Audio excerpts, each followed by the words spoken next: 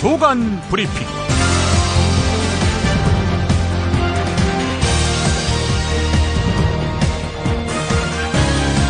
2015년 11월 20일 금요일입니다. 오늘은 녹색평론 김종철 발행인의 한겨레 특별기고 헬조선 국가의 거짓말 니힐리즘의 일부 내용을 소개해드리면서 시작하겠습니다. 과연 이 나라는 어디로 갈 것인가? 집권자들은 온갖 특권을 누리는데 익숙한 나머지 영구 집권의 욕망 속에서 정략적 술수와 책략만 능수능란하게 구사하고 있을 뿐이다. 그러기에 그들의 정치 행위라는 것은 비판자와 반대자들을 종북이니 좌파니 이런 걸로 딱지를 붙여 몰아세우는 상습적 모략 외에는 아무것도 없는 것이 아닌가. 그러나 설명의 생략 혹은 회피는 이 나라 지배자들의 뿌리 깊은 생리다. 예컨대 그들은 대한민국이 자유민주주의 국가라고 강조하지만 자유민주주의의 기본 원리는 사상과 표현과 결사와 시위의 자유를 보장하는 것임을 외면한다. 그리하여 역사교과서 국정화가 이와는 모순된 자유민주주의 원리와 양립할 수 있는지 전혀 설명해주지 않고 그냥 밀어붙이고 있다. 프랜시스 후쿠야마는 소비에트 사회주의 붕괴 이후에 이 세계에서 가능한 정치체제는 자유민주주의 말고는 없다는 논리를 편 유명한 보수파 사상가지만 그가 근래의 저술 속에서 부쩍 강조하는 것은 국가의 설명책입니다. 그는 자유민주주의가 제대로 작동하려면 집권자가 국민에 대해 설명 책임을 져야 한다고 강조한다. 가령 덴마크가 좋은 나라인 것은 공공사업이나 새 정책을 펼 때 반드시 국민들이 납득할 수 있는 설명의 의무를 저버리지 않기 때문이란 것이다. 그럼에도 지금 한국 정부는 설명다운 설명은커녕 도리어 온갖 거짓말과 속임수로 일관하고 있다. 세월호 문제를 대하는 정부의 무책임하다기보다 철저히 부도덕한 자세는 여기서 새삼 길게 말할 것도 없다. 가장 우려스러운 것은 국가 권력에 의한 이런 거짓말이 끝없이 되풀이되는 상황이다. 인간은 누구나 잘못을 범할 수 있다. 국가 운영도 결국 사람의 일이기 때문에 잘못할 수도 있고 그런 경우 깨끗이 사과하면 된다. 지금처럼 거짓말을 반복한다면 재앙은 필연적이다. 거짓말이 일상화된 정치가 끝없이 계속되면 사람들은 아무것도 믿지 못하고 결국 온 나라에 니힐리즘, 즉 허무주의만 만연하게 될 것이다. 그런 무서운 상황으로 우리는 빠르게 들어가고 있다. 이런 내용입니다. 국가정보원이 대선 개입을 하지 않았다는 거짓말, 노무현이 NLL을 포기했다는 거짓말, 20만 원 노인연금 지급이라는 거짓말, 국가가 주도하는 무상보육이라는 거짓말, 세월호 진상규명이라는 거짓말, 세월호 국면 당시 새누리당을 다 바꾸겠다는 거짓말. 이런 거짓을 서슴지 않으면서도 진실한 사람을 뽑아달라는 거짓말.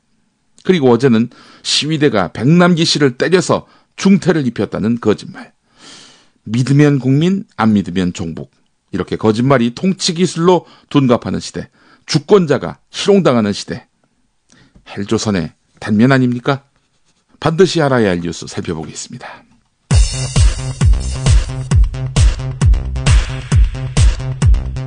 얼굴을 향해서 직사가 날라옵니다. 이것은 살해행위나 마찬가지 아니겠습니까? 한치의 정치적 고려 없이 객관적으로 바르게 그렇게 처리하도록 하겠습니다. 서영교 새정치민주연합 의원과 김수남 검찰총장 후보자 사이의 문답이었습니다.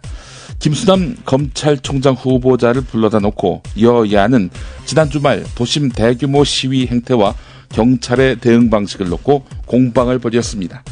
여당은 시위대의 폭력성이 폭동 수준이라면서 철저한 수사를 촉구했고 야당은 경찰의 진압 행태가 군부 정권 시절을 연상케 한다며 질타했습니다. 조사 대상에 성역은 없습니다. 왜 이런 참사가 발생했고 왜 선체 내에 진입해서 구조하지 않고. 권영빈 세월호 특별조사위원회 진상규명 소위원장의 말이었습니다. 세월호 참사 특별조사위원회가 참사 당일 대통령의 행적을 조사할 것인가를 놓고 상임위원회에서 논의가 있었는데요. 조사하겠다는 안건을 통과시켰습니다. 방금 들으신 대로 야당 측 특별조사위원들은 모든 안건이 논의될 수 있다는 입장인데요. 오는 23일 전원위원회에서 안건을 최종 심의할 예정인데 인적 구성상 통과될 가능성이 높습니다. 당의 혁신과 통합을 이루자는 취지에 공감을 표시했고 현직 서울시장임을 감안해서 협력 방안을 모색해 나가기로 했습니다. 문재인 새정치민주연합 대표 비서실장인 박광원 의원의 말이었습니다. 새정치민주연합 문재인 대표와 박원순 서울시장이 이른바 문안박 연대에 공감을 표했습니다. 기득권을 내려놓는 한편 안철수 의원이 제안한 근본적 혁신 방안의 실천이 중요하다는 데도 뜻을 같이 했다고 하는데요. 안철수 의원의 의사를 수용해서 합류를 거부할 빌미를 주지 않겠다는 겁니다. 하지만 안철수 의원 이틀째 침묵을 지켰습니다.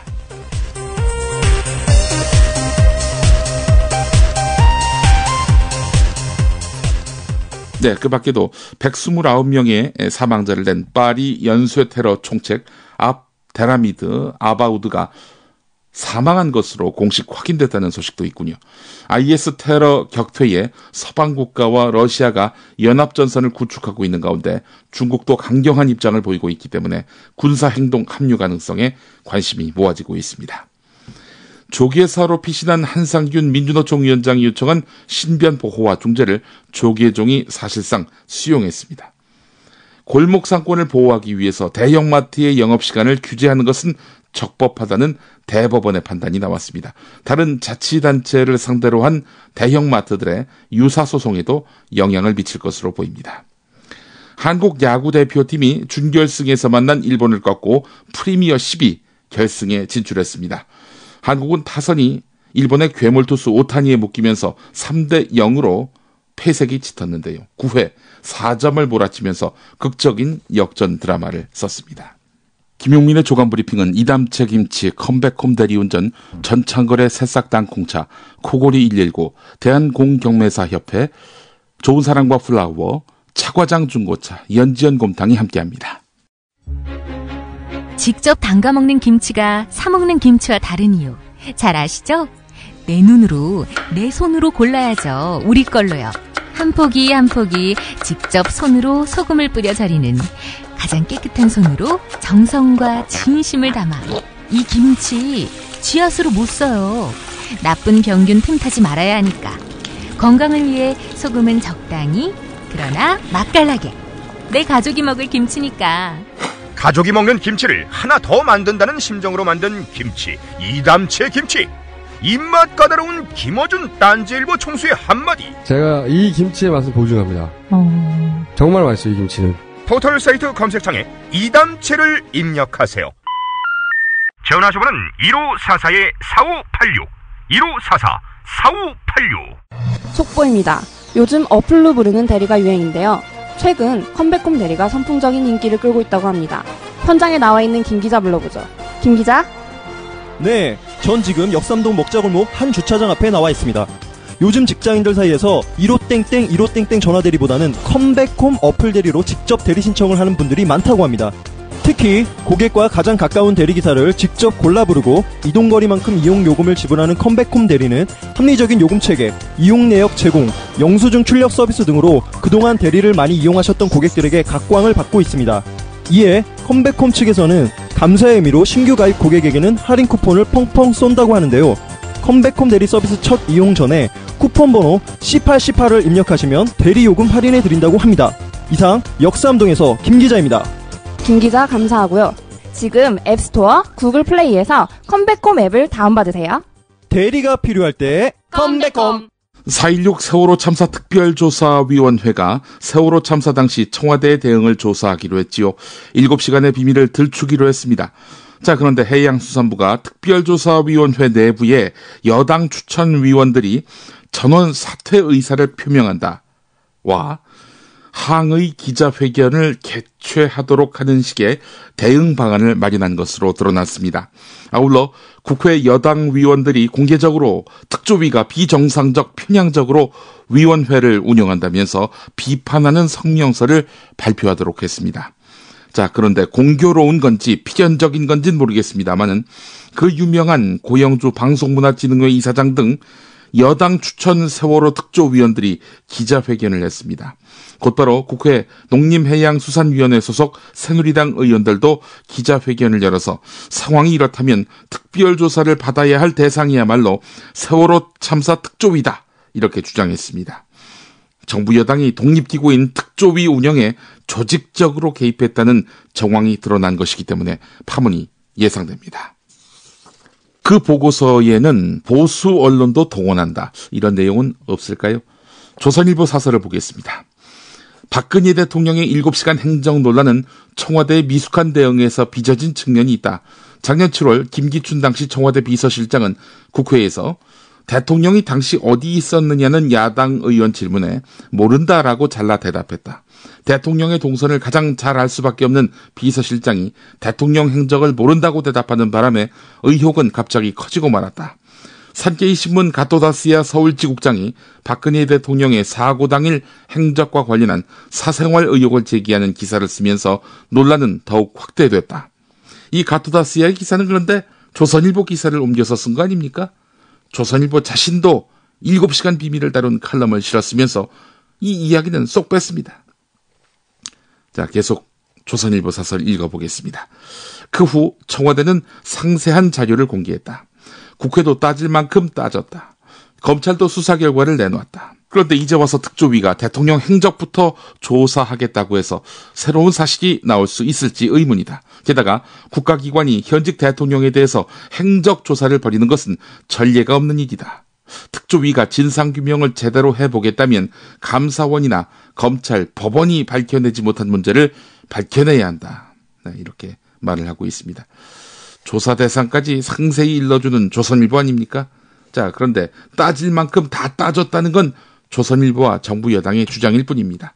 이 따질 만큼 따졌다라고 평가를 하는 결과가 대통령은 아무 잘못이 없다, 이런 거 아닙니까?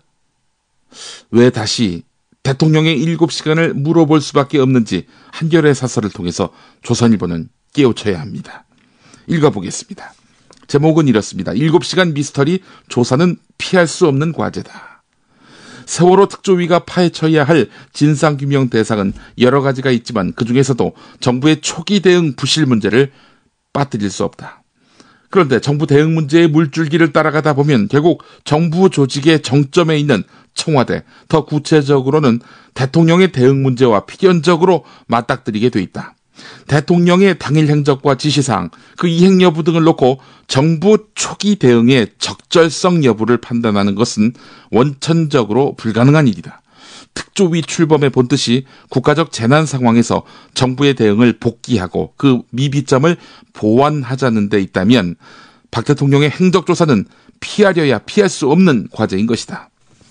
여당 추천 특조위원들은 박근혜 대통령 행적조사를 정치적 노름이니 대통령 모욕주기 따위라고 비난한다. 그러나 그런 주장은 사리에도 맞지 않을 뿐더러 그 자체가 더 정치적이다. 박근혜 대통령의 당일 행적이나 대응에 문제가 없다면 정정당당히 조사에 응하지 않을 이유가 없다. 여당 추천 세월호 특조위원들이 청와대 호위무사를 자처하는 것이야말로 성역 없는 조사를 통한 진상규명이라는 특조위의 취지를 정면으로 거스르는 정치적 행위다. 게다가 해양수산부가 여당 추천 위원들에게 전원 사퇴 등의 지시를 내린 문건까지 발견된 점을 고려하면 이 논란의 실체가 무엇인지는 더욱 분명해진다.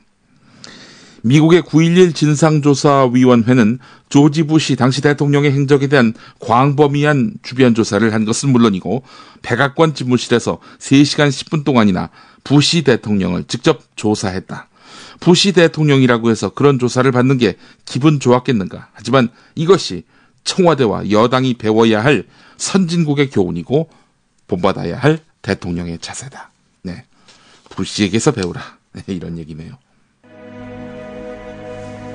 선선한 날씨, 따뜻한 차 한 잔이 그립죠. 창밖은 어느새 익어버린 가을 풍경이 가득합니다. 잠시 제멋대로 돌아가는 생각들을 재우고 수고하며 살아가는 자신에게 고마운 미소를 지어보세요. 마음에 무엇을 담을 것인지 몸에 무엇을 담을 것인지 여전히 늘 당신이 선택할 수 있습니다. 국내 농가의 깨끗한 수경 재배로 새싹을 만들어 식품 공장에서 오랜 시간 증수 건조시켜 만들어지는 새싹 땅콩차. 당신의 잠시 휴식이 되고 싶습니다. 새싹 땅콩차는 여러분께 가을 풍경이 되고 싶습니다. 인터넷 다음에서 새싹 땅콩차를 검색하시고 전창걸닷컴으로 오세요. 전화 문의는 070-8635-1288 070-8635-1288입니다.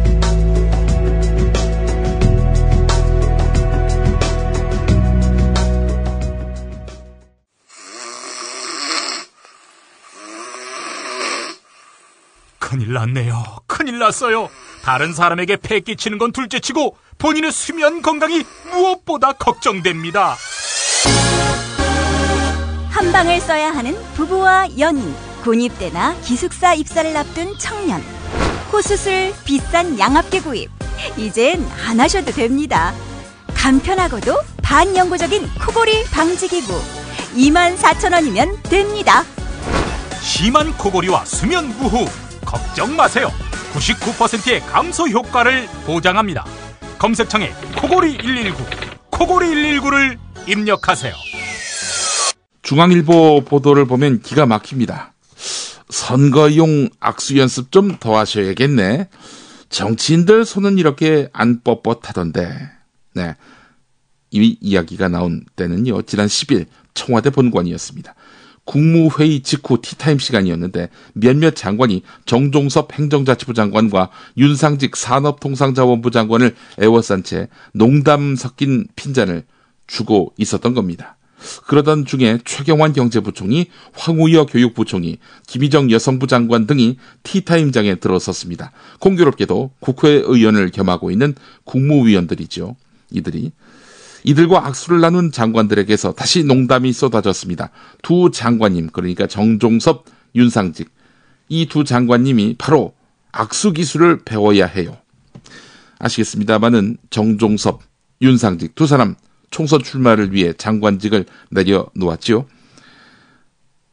한편 박근혜 대통령은 그날 앞으로 국민을 위해 진실한 사람들만이 선택받을 수 있도록 해주시기를 부탁드린다, 이렇게 말을 했는데요. 당시 청와대는 박근혜 대통령의 이 같은 발언에 대해서 선거와는 무관하다라면서 선을 그었는데, 정작 현장에서는 이 발언을 들은 국무위원들이 총선 출마 장관들을 화제로 이야기꽃을 피웠습니다. 실제로 진실한 사람 발언이 공개된 이후 내각에서는 총선 바람이 강하게 불고 있는데요. 총선 출마를 희망하는 한 장관은 요즘 다른 장관에게 틈만 나면 전화를 건다고 합니다. 절대 혼자 움직이면 안 된다. 꼭 같이 나가자. 이런 다짐을 받기 위해서라고 하는데요.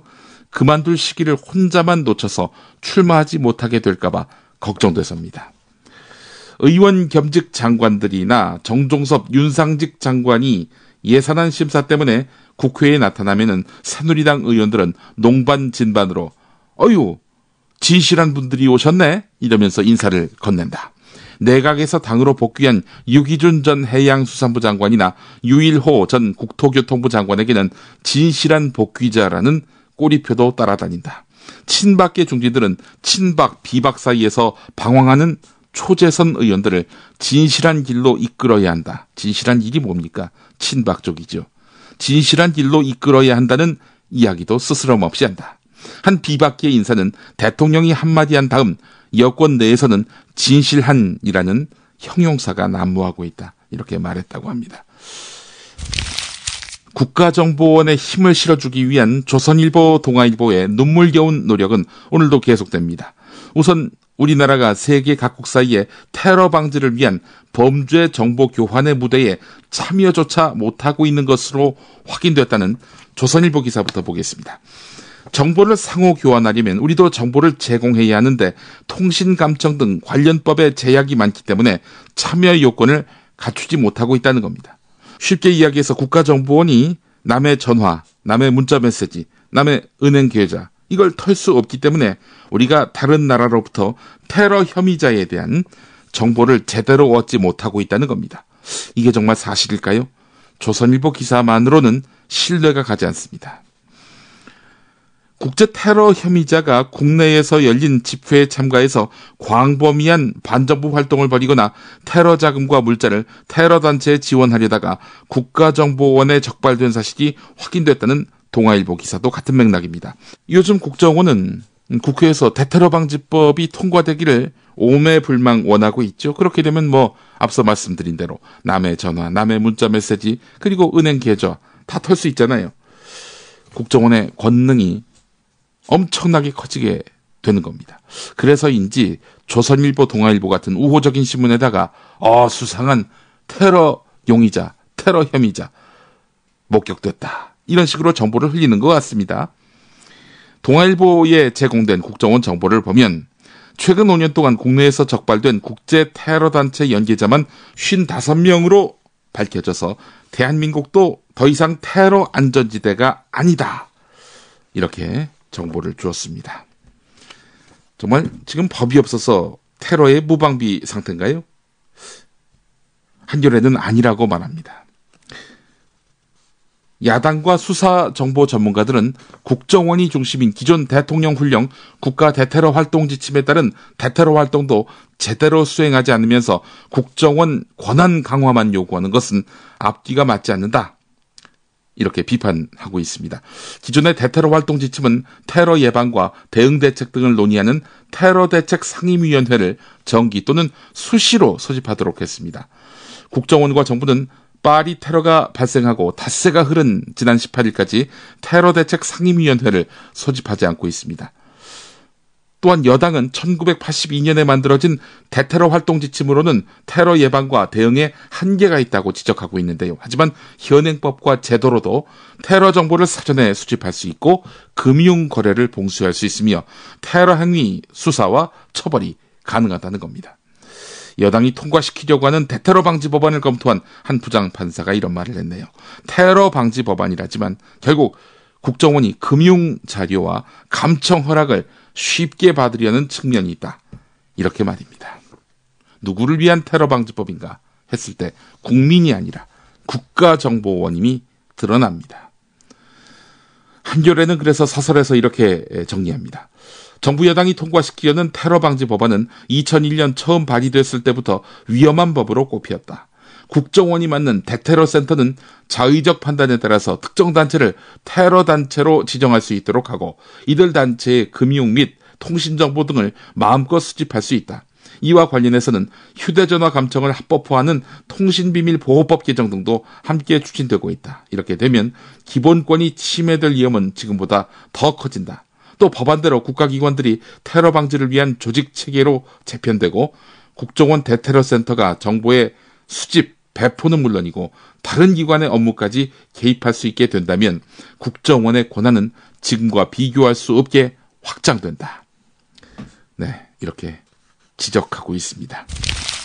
시위대의 폭력적인 이미지를 더 씌우려는 조선일보, 오늘은 쇠파이프로 때리고 상처난 데 캡사이신을 뿌린다. 몸이 불타는 것 같다. 이런 의경의 증언을 8면 헤드라인에 달았습니다. 40년 폭력 시위 이젠 끊자 기획 계속 이어가고 있죠. 조선일보가. 오늘이 4번째입니다. 오늘은 의경에게 듣는 시위대, 이런 부제가 달려있는데요. 몸도 마음도 아프다. 눈 마주치고도 다리 때려서 사람이 무서워졌다. 밤이 되면 쇠뭉치가 날아들어서 맞으면 죽겠다. 이런 공포감에 시달린다. 이런 부제입니다. 이렇게 보면은 전경들, 또 진압 경찰들 일방적으로 얻어맞고만 있다. 이렇게 판단이 되네요. 조선일보 기사만 보면 말이죠. 이와 관련한 표창원 전 경찰대 교수의 며칠 전 트위터 글을 소개하겠습니다. 순서가 따로 없습니다. 감안하시고 들으시기 바랍니다. 80년대 전경 소대장 시절 대원 아버지가 포함된 농민 시위 상황, 그 대원은 열외시켰습니다. 하지만 빠질 수 없다며 자원에서 내내 눈물을 흘리며 시위 진압을 했지요. 권력을 탐하며 잘못을 저지르고 경찰을 내세워 막는 못된 정치인들이 죽일 놈들이죠. 경찰과 시민이 적대해서는 안 됩니다. 시위 관리 과정에서 폭력 시위꾼에 의해서 공격당하고 부상 입은 경찰관과 의경 여러분의 아픔과 고통을 공감합니다. 빠른 쾌유를 빕니다. 부디 제가 26년 전에 그랬듯 시대의 아픔을 이해하고 폭력 시위꾼이 아닌 시위 참가자들의 뜻과 마음만은 오해하시지 말기 바랍니다. 저도 시위 진압하면서 돌 맞아서 코뼈 부러지고 화염병 맞아 봤기 때문에 일선 경찰의 어려움, 괴로움 잘 압니다. 그렇다고 해서 시민과 싸우는 정권이나 극우 파시스트들과 한편이 돼서 그들 논리를 옹호하는 것은 경찰 정신과 윤리에 어긋납니다. 시대의 아픔, 감내하는 자세가 필요합니다. 시위를 빙자한 폭력은 나쁘고 처벌해야지요. 하지만 경찰의 물리력 사용 역시 폭력이 되지 않으려면 법과 규정을 준수하고 다른 평화적인 수단을 다 쓴 다음 불가피한 경우에 필요 최소 한도만 사용해야 합니다. 생명보호라는 직업정신이 바탕이 돼야 함은 당연하고요. 연이은 무장강도 공격에 경찰관이 희생당한 영국, 여론이 경찰도 무장할 수 있도록 하라 이렇게 요구를 했지만 경찰관 협의회는 경찰이 무장하면 범죄자는 더 흉악해진다. 시민 안전을 위해서 비무장 원칙 고수하겠다. 이렇게 결의했습니다. 제복 입은 시민, 시민 동의에 기반한 경찰. 이것이 바로 경찰 정신입니다. 이런 경찰 정신을 알고 조선일보가 떠들고 있는 건지 궁금합니다. 여보, 좋은 꽃 배달 추천 좀 해봐. 회사에서 보내려고? 그럼 좋은 사람과 플라워지. 화환이나 조화가 7만 원도 안 돼. 결제도 적립금으로 가능하다고. 오, 그래? 근데 화환이나 조화 말고 이벤트를 위한 건데. 그거 역시 좋은 사람과 플라워. 꽃하고 케이크하고 샴페인하고 다 해서 10만 원도 안 된다고. 가격도 중요하지만 빨리 배달해야 돼. 그거 역시 좋은 사람과 플라워지. 전국 어디든 3시간 내에 배송이 된다고. 근데 누구한테 보내려고? 누구긴 누구야. 좋은 사람. 바로 당신한테 보내는 플라워지. 사랑해, 여보. 어머나. 가격, 배송, 느낌까지 좋은 사랑과 플라워는 감동까지 실어 꽃을 배달합니다. 1566-0263 기억해두세요. 1566-0263. 독야한의 현장 GT. GT는 그룹 트레이닝입니다. GT는 가장 배우기 어려운 시세조사와 시세 분석, 현장 조사 훈련을 물건별로 직접 조사 후 보고서를 작성하고 분석하는 일련의 과정을 저에게 직접 배우는 경매 그룹과외입니다. 총 5회의 독특한 교육 프로그램을 이수함으로써 경매 실무에 한 걸음 더 가까워지실 수 있습니다. 하루 80분 이루어지는 학습이 아닌 오전부터 오후까지 거의 하루 종일 이루어지는 학습 방식입니다. 본 과정은 주거용 건물, 상업용 건물, 입찰 실습, 특수물건 조사 분석, 유치권 조사 협상 과정으로 총 5회로 진행됩니다. 지금 상담 받으세요. 02-888-5704 인터넷과 스마트폰에서 대한공경매사협회를 검색하세요. 김용민이 전해드리는 조간 브리핑. 이른 아침 조간신문 핵심 기사를 훑어보는 시간, 김용민의 조간 브리핑. 월요일부터 토요일까지 매일 오전 7시대에 업데이트됩니다. 뉴스뿐 아니라 그 안에 숨은 맥락도 짚어드립니다. 넌 뚱뚱하니 20일 동안 반찬만 먹어라. 지난해 윤모 일병을 구타 등 가혹행위로 숨지게 한 윤일병 사건의 주범 이모 병장이 군 교도소에서 또다시 저지른 범행 중의 일부입니다. 이 병장은 경기도 이천 국군교도소에서 복역한 9개월여 동안 감방 동료에게 저지른 죄목만 7개에 달합니다. 폭행, 추행, 모욕, 무고 등 피해자가 평소 좋아해서 모아둔 연예인 사진을 찢어가지고 손으로 피해자 입에 강제로 넣어서 씹어 삼키도록 한 일도 있었고요. 구타를 당해서 고통스러워 우는 피해자에게 소리내면 죽는다. 근무자가 올 것 같으니 웃어라. 이렇게 협박했다고 합니다. 허벅지에 오줌 누고 침 뱉고 얼굴에 피존을 뿌렸다고 하는군요. 네, 이런 가혹 행위로 윤일병도 세상을 떠났지요. 그러면서 이 가혹 행위를 저지른 이모 병장, 나는 형량이 높아서 되는 게 없다 라면서 상습적으로 다른 수감 사병들에게 협박했다고 합니다. 왜 독방에 안 넣었을까요? 독방이 없나요? 혹시 이 친구 정신 나간 것처럼 행동하면은 혹시 풀려날 수 있을 거라고 판단하고 있는 건 아닐까요? 독방수감이 답입니다. 당연히 이 죄에 대한 책임 추궁도 뒤따라야 할 것이고요. 현대자동차 그룹이 색깔머리로 파문을 일으킨 자유경제원 이사직을 전격 사임했습니다. 삼성, SK, LG그룹도 곧 자유경제원 이사직을 사임할 예정입니다.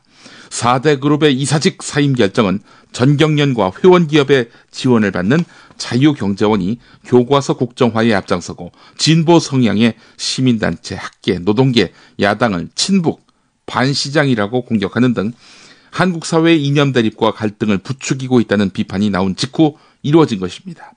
4대 그룹 소속 인사들이 사임하면서 자유경제원의 이사와 감사는 전경련의 이승철 상근 부회장과 이용우 상무, 자유경제원의 현진권 원장, 학계의 정구현 카이스트 교수, 김승욱 중앙대 교수, 안재옥 경희대 교수와 언론계의 정규재 한국경제신문 주필 등 7명이 남게 되었습니다.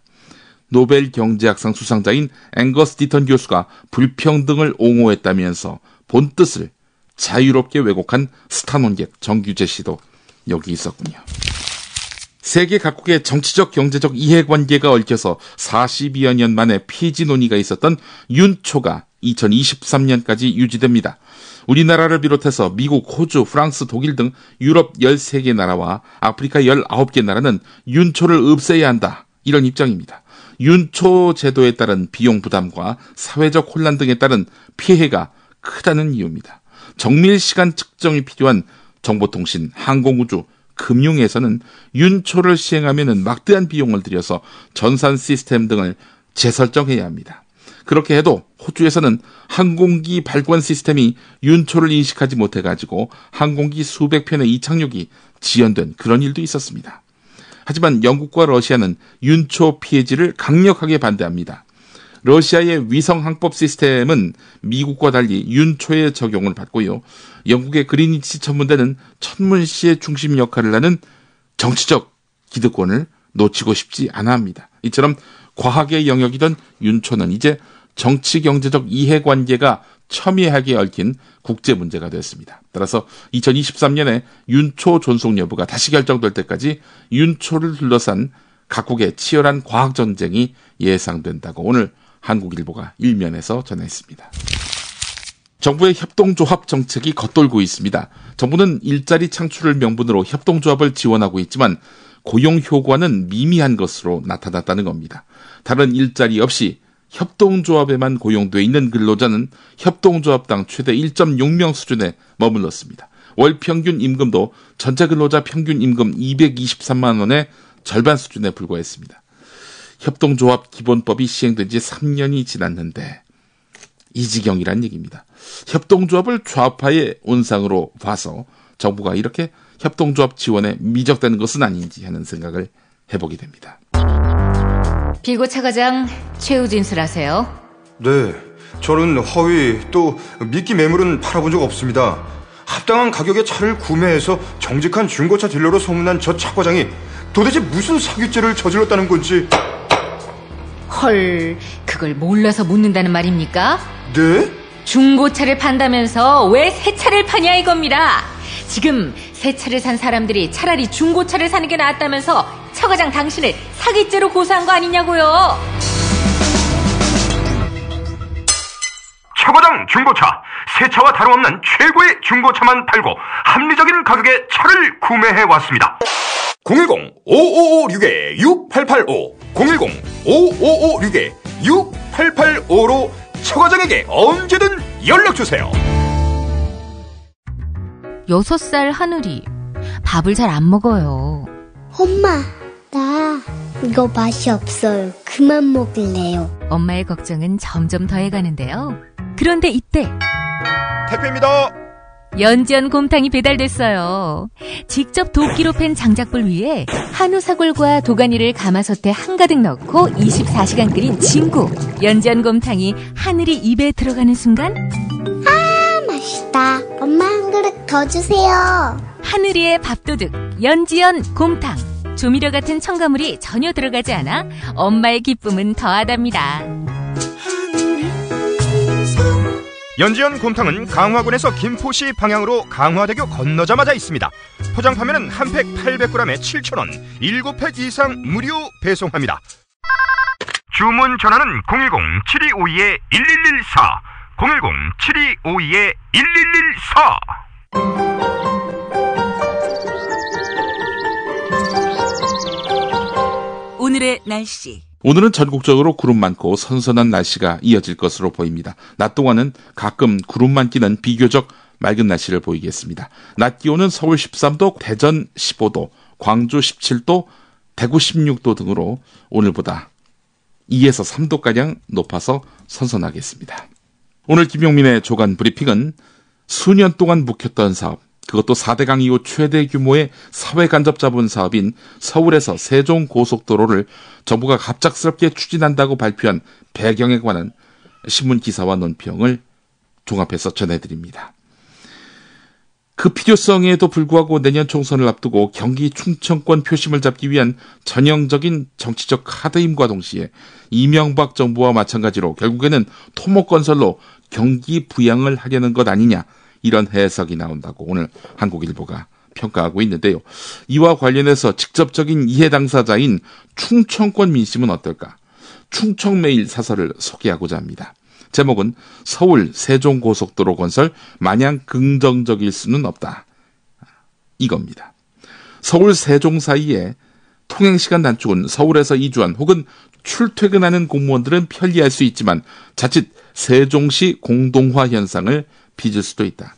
그러니까 퇴근을 서울로 하는 겁니다. 그러면 세종시 텅텅 비겠죠. 그 공동화를 말하는 겁니다. 계속 읽어보겠습니다. 실제로 오송의 경우도 보건단지 입주기관 직원들이 KTX 오송역 개통 이후 오히려 서울에서 완전 이주를 하지 않고 출퇴근하는 직원들이 증가하고 있어서 기관은 늘었지만 주민은 증가하지 않는 기현상이 벌어지고 있는 상황이다. 행정중심 복합도시 건설의 당초 목적대로 국토 균형 발전에 기여하기 위해서는 무분별한 도로 확충보다는 도시 내부의 자족 기능을 확충하고 주민 삶의 질 향상에 더 많은 예산을 투자해야 한다. 국토의 균형 발전을 위해서 건설된 행복도시의 기능이 조기에 안정화될 것이라는 기대보다는 오히려 수도권 발전을 도우며 유야무야될 소지가 높다. 이렇게 우려하고 있는 것입니다. 충청권의 이익을 대변하는 것 같지만 명분도 여기에 있습니다.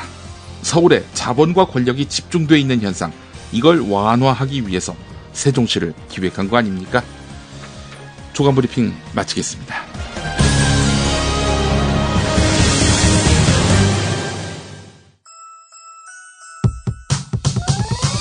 이번 방송 괜찮았나요? 작별의 여운, 이렇게 표시해주세요. 다운로드하기, 댓글 달기, 구독하기, 별점 주기. 더 좋은 방송 만들어달라는 약속, 이렇게 응원해주세요. 다운로드하기, 댓글 달기, 구독하기, 별점 주기. 기억하셨죠? 다운로드하기, 댓글 달기, 구독하기, 별점 주기.